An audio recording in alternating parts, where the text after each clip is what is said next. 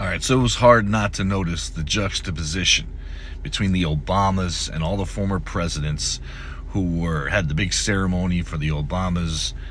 I don't know if it's a library or whatever they were opening there in Chicago, but it was just such a beautiful ceremony with nothing but class personified of all the former presidents and the first ladies coming together, and you just saw what real strength looks like, right, from Obama. And as young men, when you look to who do I want to emulate, and you have a choice between Donald Trump and Barack Obama, there is no choice. I mean, it's clear that you would want to take on the qualities and the traits of a Barack Obama. Poised, calm, humble, stoic, and an effective leader who resided over a better economy, who brought, medical insurance to people who didn't have it or couldn't afford it before. I mean, you look at those presidents and you go down the line. I mean, I hate to say it, but the Democratic presidents brought infrastructure bills, health care bills, Social Security, bills, everything that benefits middle class and average working families were laws passed by the Democratic presidents. And then you look at the one Republican president that was up there, George Bush, who got us into 2 wars that we couldn't even get ourselves out of. So all I'm saying is, young men, emulate quiet strength, poise. All those guys like Trump that are yapping and talking and complaining and whining and arguing, that's just a massive, deep insecurity. They feel weak, so they try to project strength.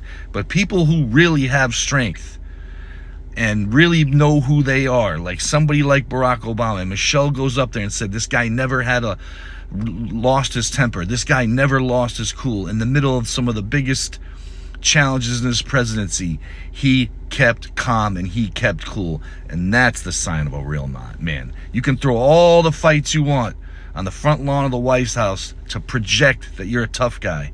But Barack Obama, like De Niro said in A Bronx Tale, the working man's the tough guy, okay? The guy who gets up every day, goes to work, does the right thing. That's the tough guy. Not 4 living presidents will be attending Chicago this week, this Friday. Every living president is coming except one. Even George W. Bush, a Republican who battled Obama on every policy that he ever signed, said, yes, count me in. But Donald Trump, no. The 42nd, the 43rd, the 44th, and the 46th president all will be together, just like their respective numbers, all complete. But the 45th and the 47th, like a split man that he is, won't be in attendance. Just like his break-in service in this tenure, it's all broken up, incomplete. Now, Allah, check this out. The Obama Presidential Center is dedicated when? This Thursday. But it opens Friday. And Friday is what? Juneteenth. And remember, for those who are sketchy on the history of June 19th, the day 1865 that the freedom reached black slaves in Galveston, Texas, the Confederacy's last holdout. It's a federal holiday since 2021, this Friday. This day, the nation honors the end of what? Slavery. So let's recap. A monument honoring the black president via hope, opening in America that celebrates black freedom on Friday, first black president. And the one man not invited, he isn't even on the freaking continent. He's an ocean away in Geneva, Switzerland, coincidentally staging a different ceremony. The same damn day, built to swing every camera on earth back toward him because he started a war. And he wants us to believe that he's got a deal with Iran, a 1.5-page long, signed on DocuSign, no coalition building from any country now, not even Congress, no coalition building from Congress. And it's supposed to be a deal on the same damn day, this Friday, the same day that Obama's doing his opening ceremony on Juneteenth. Greatness does not chase spotlight. Instead, its spotlight finds you. President Obama never asked the world to admire him. They do it automatically. From Nairobi to Berlin to the south side of Chicago, they simply love President Obama. That kind of reverence can't be bought. It can't be bullied. It can't even be scheduled, Trump. But Trump wants a whole global spectacle stage and all the cameras on him miles away, trying to mess up that Friday, the very day Obama's legacies take center stage. You don't need a confession to recognize this blatant jealousy, y'all. And this Obama derangement syndrome that y'all got going on, MAGA, this is not showing strength, but it is showcasing Trump's insecurity. You can't dim Obama's light. The whole world's going to see this. Truth has no party, y'all. Be well. Every living former president showed up yesterday, and every single one of them sent the same message without saying his name. While Donald Trump stood alone at a ceremony fumbling to pin a Congressional Medal of Honor, 4 former presidents and their first ladies stood side by side in Chicago, united, dignified, and deliberately sending a signal the entire country could read. Let's break down exactly what happened and why the contrast is impossible to ignore. Yesterday was the grand opening of the Barack Obama Presidential Center on the south side of Chicago, a 19-acre campus that Trump has repeatedly mocked online, comparing it to a garbage can. What actually opened? A community hub with a playground, a recording studio, a basketball court, and a ceremony attended by Presidents Biden, Clinton, and Bush. Trump was not invited. And the performers?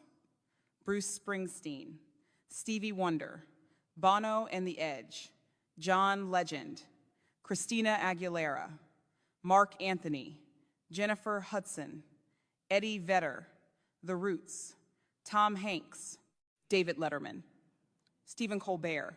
The list goes on.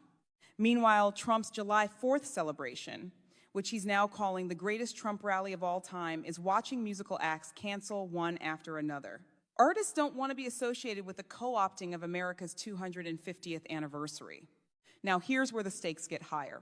Obama took the stage, and without once saying Trump's name, delivered the most precise political indictment of this moment in American history. He said, "A belief that no one is above the law or beneath its protection. A belief in checks and balances, a belief that the military owes allegiance not to any president or political party but to the Constitution, a belief in the peaceful transfer of power, and a belief that honesty, integrity, kindness, and a sense of duty, those things matter." Then he said these are not Republican or Democratic values. These are American values, values every president here today has tried to uphold. Every president there. Not every president. Cut to Trump the same afternoon at a Congressional Medal of Honor ceremony, struggling to pin the medal on a recipient. And then unprompted, Trump said this out loud, on record. "I wanted to give it to myself, but I was informed I couldn't do it, and I couldn't find anything where I was actually worthy." He said that in public at a Medal of Honor ceremony. One side of the screen, 4 presidents standing in unity, invoking the Constitution, filling a 19-acre campus with the greatest living performers on earth, celebrating public service, community, and democratic values. The other side, one man, alone, admitting on a microphone that he searched for a reason to give himself the nation's highest military honor and came up empty. So here's the question, and I want your answer in the comments. When 4 former presidents from both parties unite to send the same silent message, and the sitting president publicly admits he's not worthy of his own nation's highest honor, what does that tell you about where America actually is right now? The best president, Donald Trump or Barack Obama? Barack Obama. Barack Obama, okay. Barack Obama. Barack Obama, okay. So you're American, right? Yeah. Barack Obama or Donald Trump? Barack Obama. Why Barack Obama? I respect him. Probably from America, right? Yeah. Barack Obama or Donald Trump? Barack Obama, hands down. Yeah, why? There's only one right answer to that question, and if you look at anything in our country, it's always Barack Obama. Oh, Barack Obama or Donald Trump? Barack Obama. Barack Obama, yeah? Okay, why Barack Obama? I don't really know those president, but Donald Trump seems really scary. Okay, Barack Obama or Donald Trump? Oui, Barack Obama. Barack Obama, okay, how about you? Barack Obama. Barack Obama, oh, okay, why Barack Obama? He's much better than Donald Trump. Yes. Barack Obama or Donald Trump? Barack Obama. Barack Obama, yeah, why Barack Obama? Do I need to expand on that? Barack Obama or Donald Trump? Obama, for sure. Why Obama? Why? Because Trump is a Nazi, basically. Obama did it better. Obama did it better. The new talking point from MAGA is, well, Obama dropped bombs too. Yeah, he did. And he did it better. Obama was able to use surgical strikes and limited military operations to take out targets and not start a fucking war. How about that shit? He did it better. In fact, most of the things that the Trumpies like about Trump, Obama did better. We'll go with unemployment. Obama did better. Economy. Obama did better. Deportations. Obama did better. He was able to deport way more people than Donald Trump, and he's able to do it on 1/10 of the freaking budget. Yeah? And without sending fucking goon squads into American cities. Obama did it better. Obama was able to get across a health care bill. Trump can't. Obama did it better. Obama was able to get tax cuts for the low and middle class. Trump for the upper class, for the rich. Obama did it better. So trying to say that Obama did it too on any subject just shows the failure of Trump and the failure of his people to recognize that everything that Trump said Obama did it fucking better. They just don't like that a black man did it better than a white man. And one last point, let's not forget that Obama was able to get Iran to enter into a non-proliferation treaty for nukes. Trump couldn't do it. So Obama... Okay, just watch this. All the former living presidents and first ladies joined forces yesterday at the grand opening of the Barack Obama Presidential Library in Chicago to send a powerful message straight to Donald Trump. You are not like us. Stay the hell away. The beautiful 19-acre campus looked lively and stunning, telling the story of former President Obama's deep Chicago roots. Nothing like the garbage Trump kept calling it. It was such a powerful image seeing them all side by side, with speeches clearly aimed at Trump.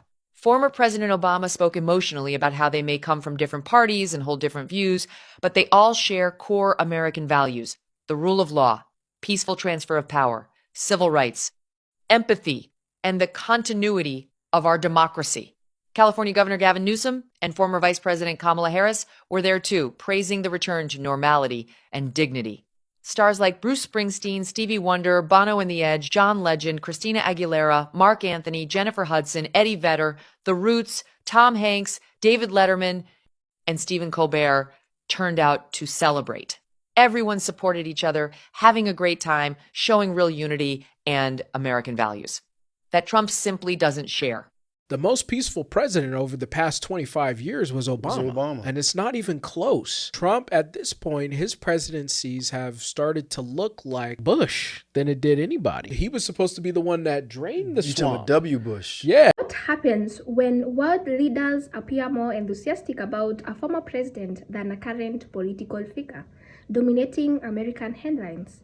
And that is the question fueling a heated debate online after images and videos of international leaders speaking positively about former President Barack Obama began circulating online again. Supporters of Obama says it proves that his influence and reputation remain strong around the world years after leaving office. Critics argue that the media and global political establishment continue to favor Obama while giving far less recognition to Donald Trump. The reaction has been intense, with some voters asking whether America's image abroad has become tied to personalities than policies. So we are taking a closer look at why Obama's global reputation continues to spark conversation and why some Trump supporters are not happy about it. Whether people agree with his politics or not, Barack Obama remains one of the most recognizable political figures in the world.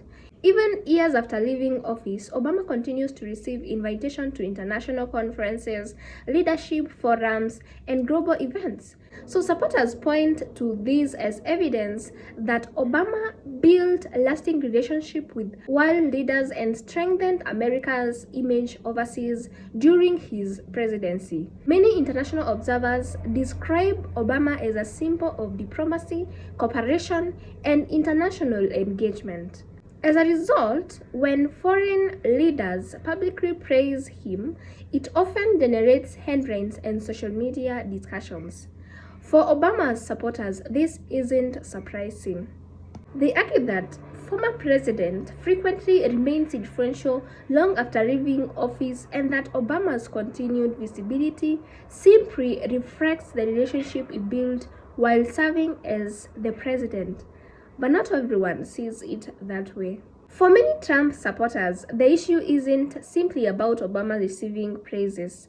Their frustration comes from what they see as a double standard. Some believe Trump's accomplishments are often overlooked by international media, while Obama continues to receive positive coverage. Others argue that global elites and political establishments has never been comfortable with Trump's style of leadership, which emphasizes national sovereignty, border security, and an America First approach. As a result, Obama receives praises from foreign leaders. Some Trump supporters interpret it as deliberate contrast rather than natural compliment. Social media quickly amplifies these reactions. One side sees respect, the other sees bias, and that disagreement often becomes another chapter in America's ongoing political debate. Should Americans care what foreign leaders think about their president? Some people believe international respect matters because diplomacy and alliances can influence trade, security, and America's standing in the world. Others argue that American presidents should focus primarily on serving American voters, regardless of whether foreign government approves or not. That debate has existed for decades and continues today. For some voters, global approval is a sign of successful leadership. For others, domestic results matter far more than international praises. Neither perspective is likely to disappear anytime. One thing is clear. Even years after leaving office, Barack Obama continues to attract attention from world leaders and international audiences. At the same time, Trump's supporters remain deeply loyal and continue to challenge narratives they believe to be unfair. As America moves towards future elections, these competing views on leadership, influence, and global reputation are likely to remain at the center of political discussions. But what do you guys think? Does international praises for Obama reflect genuine global respect? Or do you believe Trump received less recognition than he deserves? Let us know in the comments section, and kindly remember to keep it respectful. And if you enjoyed breakdowns like this, kindly hit the subscribe button and join our family. Thank you so much for watching. I'll see you in the next one. Bye for now.